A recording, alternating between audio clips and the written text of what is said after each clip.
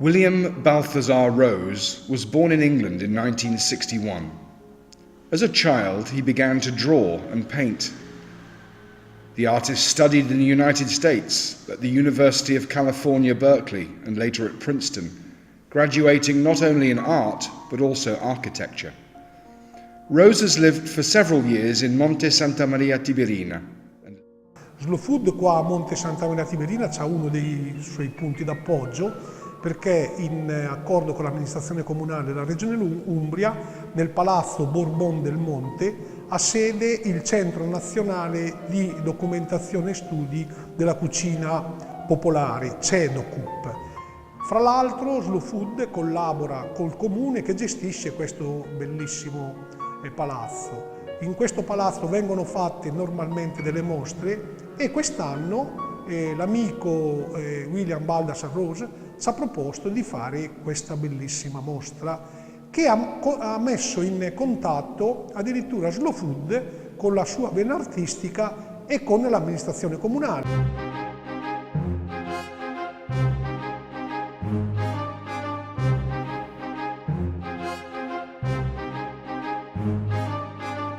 Uno dei soggetti principali, come l'autore stesso ci dice, è quello di ritrarre in varie situazioni pose i cuochi. E quando si parla di cuochi non si può parlare di Slow Food, anche perché il cuoco qua diventa progetto culturale, non è uno spadellatore televisivo, come ormai si vede da tutte le parti, ma è un soggetto di situazioni storiche, di rapporto con gli altri cuochi, di rapporto con lo spettatore che guarda questi quadri. Rose has lived for several years in Monte Santa Maria Tiberina and later Borgo San Sepolcro.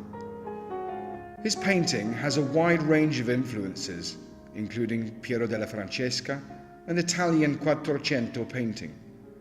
The French 19th century masters Cézanne, Corot and Gauguin, and the enigmatic Italian Giorgio Morandi. He also finds himself often provoked by the masters of cinema, in particular Federico Fellini, Pierpaolo Pasolini, and Peter Greenaway. He first came to Monte Santa Maria Tiberina in 1991 and immediately fell in love with Italy and the landscape, a completely fantastical, mythical world, a world he'd never seen before. Most amazing ribbons of hill and mountain, the way Italians live and do things, the peace and the poetry of life. He was looking for his muse, and Monte Santa Maria Tiberina quickly became it. He considers art a sacred activity. Italian art and culture fascinated him so much that he decided to settle between Tuscany and Umbria, where he is now living with his wife Wendy and 2 sons.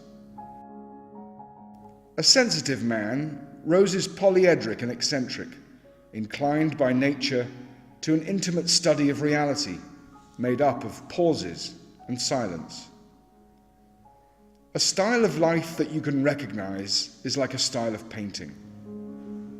He's thought a lot about art, the way contemporary art is made, and his instinct is to change from fast art to slow art. The kind of art he makes is slow. It takes time. It's not just a quick process of one moment of emotion. Not even Rose himself knows why he cannot escape the figure in checkered pants, white apron and cook's hat.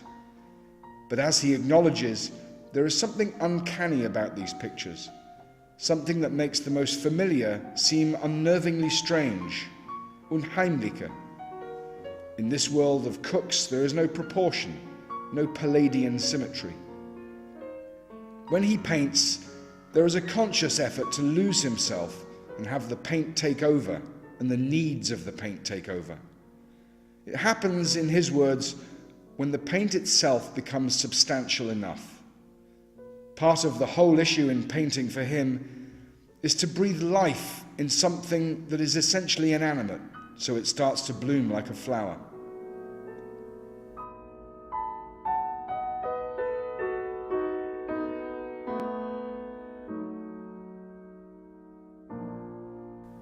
Rose works in a variety of genres, from landscape and still life to the series he entitles Cooks, for which he is internationally famous. Since childhood, he's been fascinated with the spirit of cookery, and in particular the chef, the figure that is so often dressed in white and has a tall hat and checkered trousers.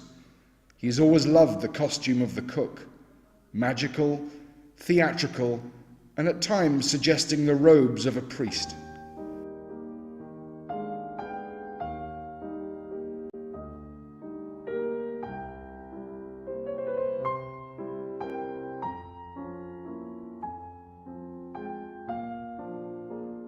Grefti, che dà il nome alla galleria e all'associazione, significa innesti.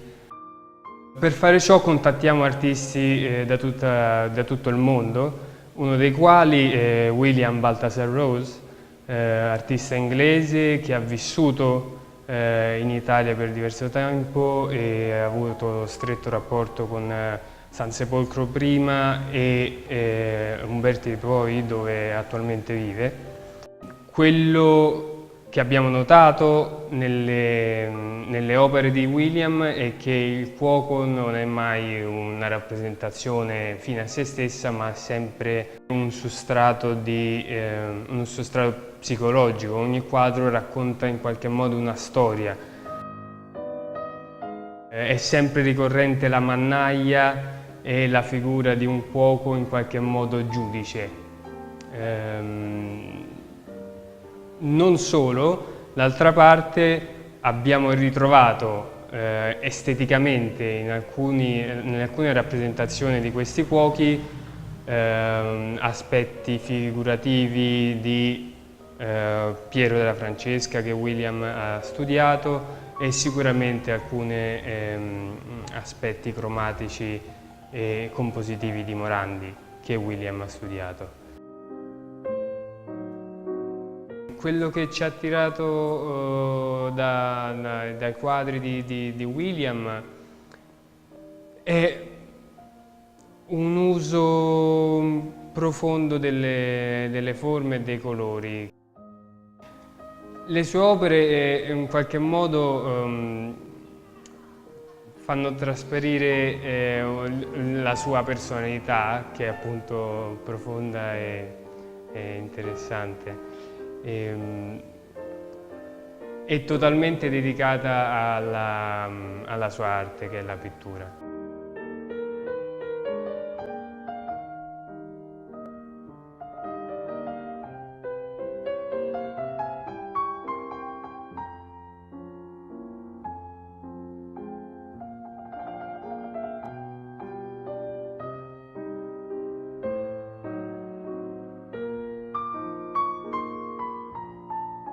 But it seems to me that he's between, I mean, it's an advantage as far as I'm concerned that he's both English and Italian in his style of painting.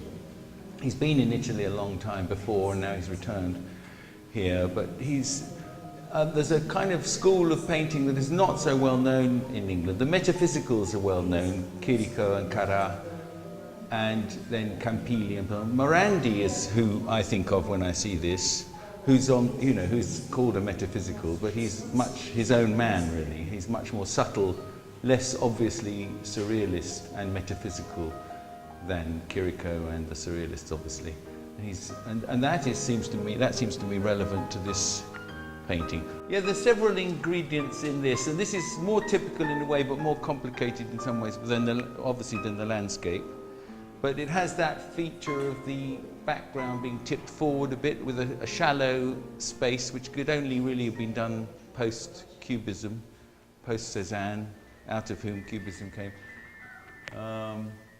But it's got everything going for it, and yet somehow it's well organized, so it's not chaotic.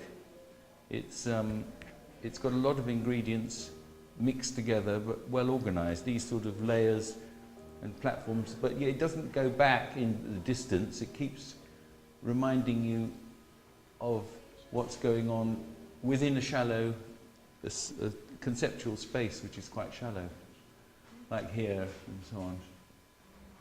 So it's the legacy of Cubism, and yet much more colourful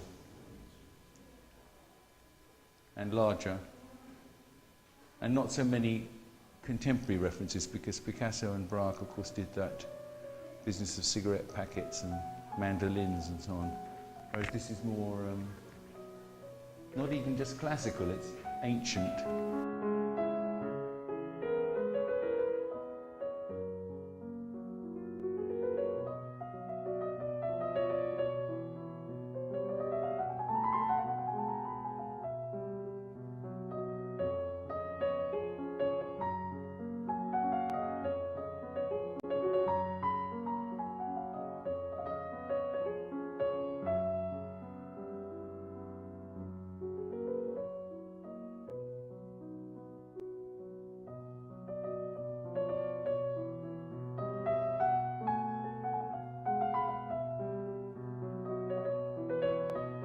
William Rose's images are very expressionistic.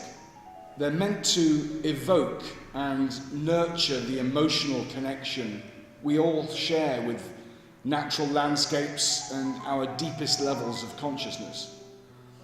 Rose intends for his art to open windows in people's walls, to offer images to the viewer that we can reflect on and resonate with emotionally, whether they need to heal or to expand consciousness.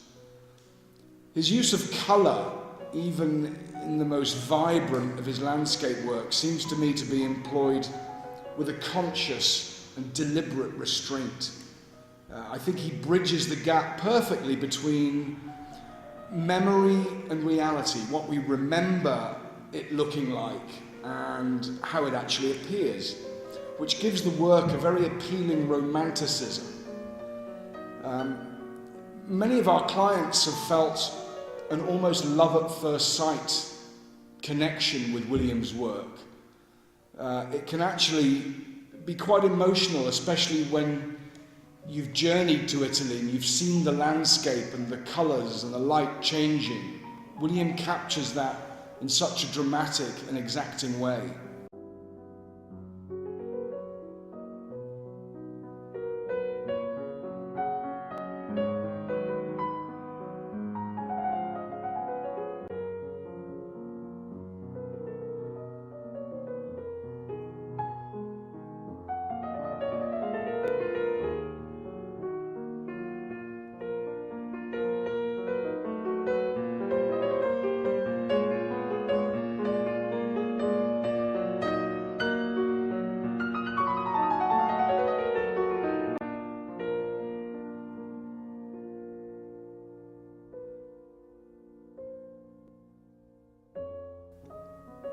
Rose has participated in various exhibitions since 1990, both in Italy, England, and the United States.